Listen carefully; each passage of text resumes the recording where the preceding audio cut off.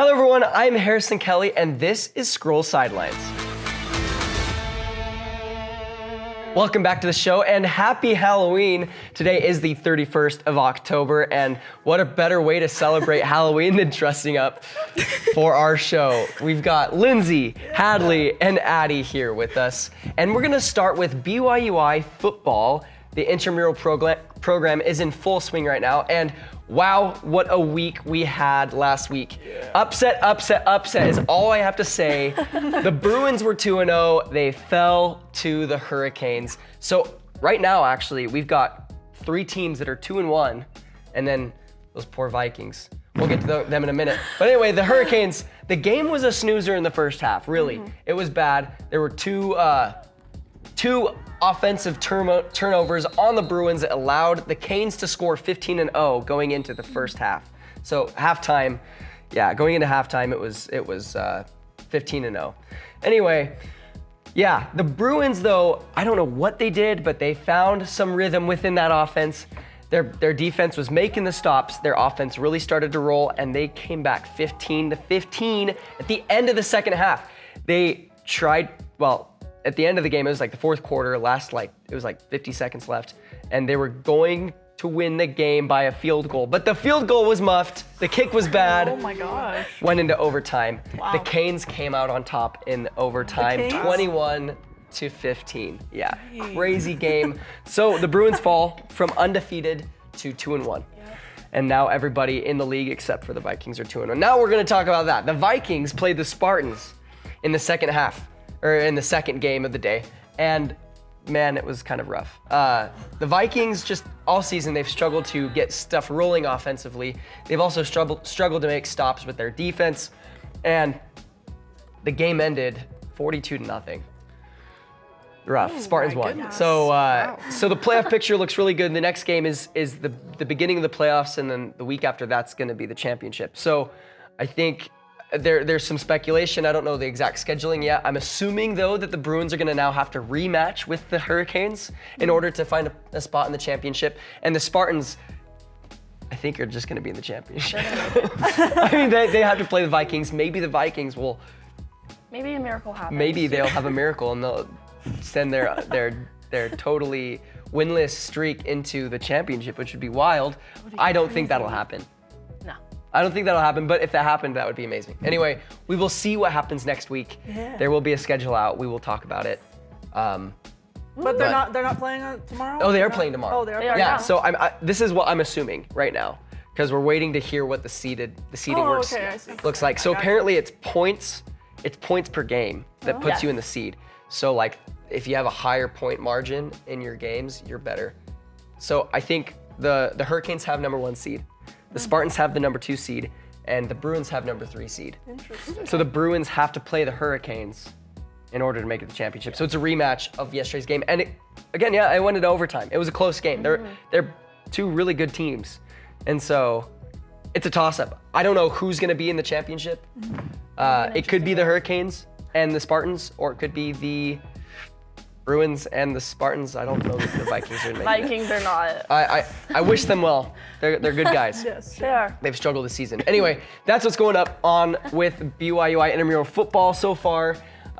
2 great games. We're gonna turn our time over to Lindsay though. She went to the Powder Puff game that started before that game. I did. What happened with those ladies? It was last Saturday at BYU, here at BYUI. It was at the BYUI Stadium. It was the blue team versus the white team. The girls really gave it their all that day, and but the blue team did come out on top. It was 20-0, so pretty big, pretty big lead there. But it was super fun to watch them. It was really electric, especially in the stadium too. I'm pretty sure the band was there, and so they were like doing their chants and all, and it was a good time. It was fun. But there was specifically an MVP of the game that they did at the end. Yeah, Oh, wow. They did like a whole MVP and everything. And her name was Haley Gentry. I had a chance to talk to her after the game, and she said getting to play with all the girls was like her favorite part of the event. She also loved her coaches on the team. And like I could see the blue team on like their side, like the the teamwork that they had all together was just very, like, you can notice it. And also they had like a service dog, I think, on the field too, like on their sideline. Yeah, so they had like a little mascot and everything. And I was like, this is great. But yeah, blue team came out on top, 20-0. It was a fun event. I mean, it was a pretty good turnout. You guys were there as well. Hadley and Adley were there. So I think it was a pretty good turnout. So That's good. That's awesome. yeah. Yeah, that was kind of an upsetting Powder Puff game. Very one-sided, 20-0. Yeah. It's Wasn't kinda much of a that game. bubble Unexpected. Yeah. Well, I don't know what's with white right now, but every team that wears white just kind of struggles. Yeah, they really do. Like the Vikings have been wearing white this whole season, and I hope that they can get on their feet. But It's an unlucky color. They got one last I'm chance. covered in it Just right one. now, apparently. one So- last chance, yeah. And then you're a zebra today. I am a zebra. I got my flag, I got my whistle. Wow. I'm ready to go. That's Refs amazing. are important, you guys. They're the most important people in the game. Isn't it the football? Huh? True. am The football is important. star of But you the know, show. I was waiting for you to like throw the flag at me and I was like, no. I will. So She's the star of the show, yeah. yeah. Right. She's the reason we play. Love that. Well, we'll turn our time to the football. She's got the latest for BYU when they took on Iowa State. What do you got for us? Oh my Adley? goodness. What a game. Can I say it was honestly more entertaining than the Holy War? I don't know if that's controversial to Honestly, say that, You might be onto something. but Yeah, I that was agree. an entertaining game. I thoroughly enjoyed watching it.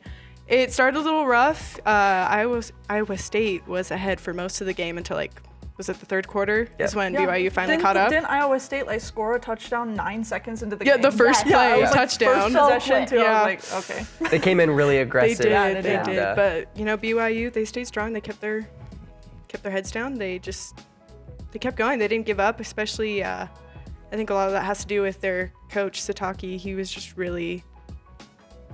a very supportive coach. He's there to hype them up in a very not only to play, but also in a spiritual way. He's there to just uplift him the whole time, and so I really appreciate that.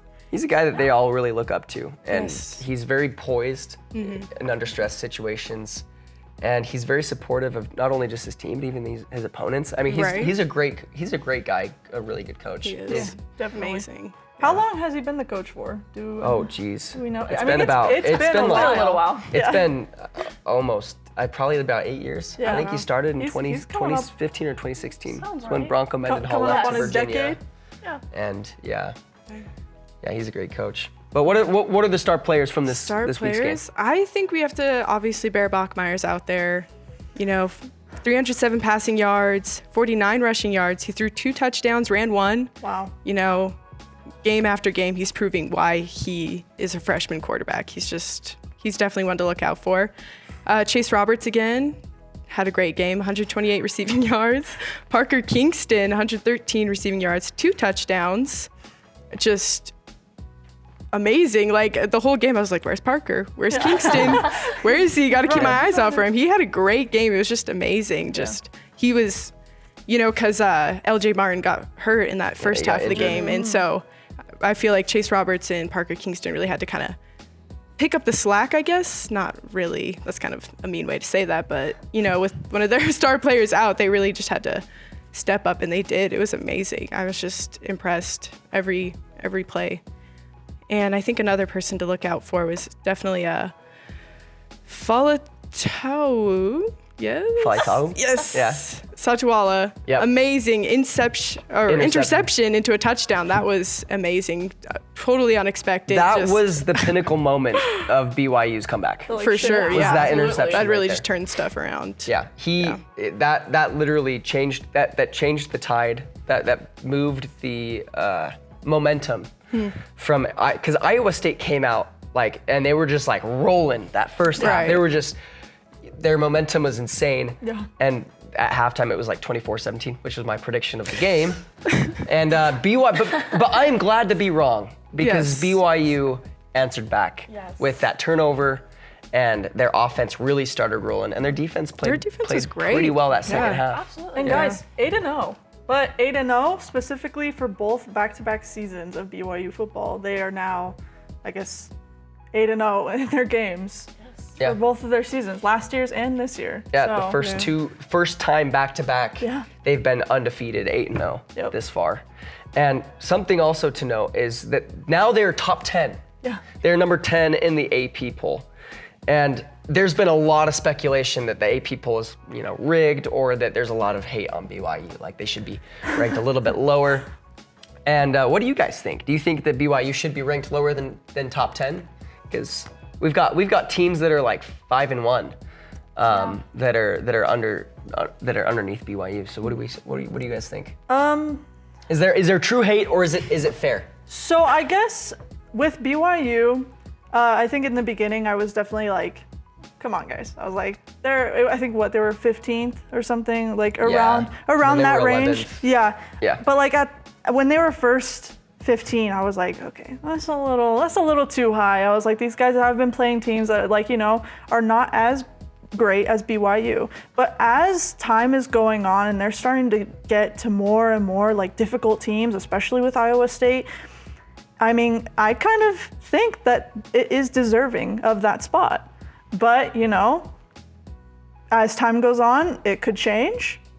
But right now, I think they're at a pretty good spot. I'll respect that take. I mean, they played Portland State, and then Yeah. they played Stanford. Yeah. And of course, those are two teams that, I mean, I wouldn't rank somebody if they were 2-0 after playing Portland State and Stanford. No. Yeah. No. So I understand that. That makes sense. I think it's deserving. I think that there's in areas outside of the Big 12, especially concerning like the Big 10 and the SEC, I think that there's a little bit of bias to some of those teams in the AP poll. But I think BYU is right where they should be. I definitely feel that way. I think so.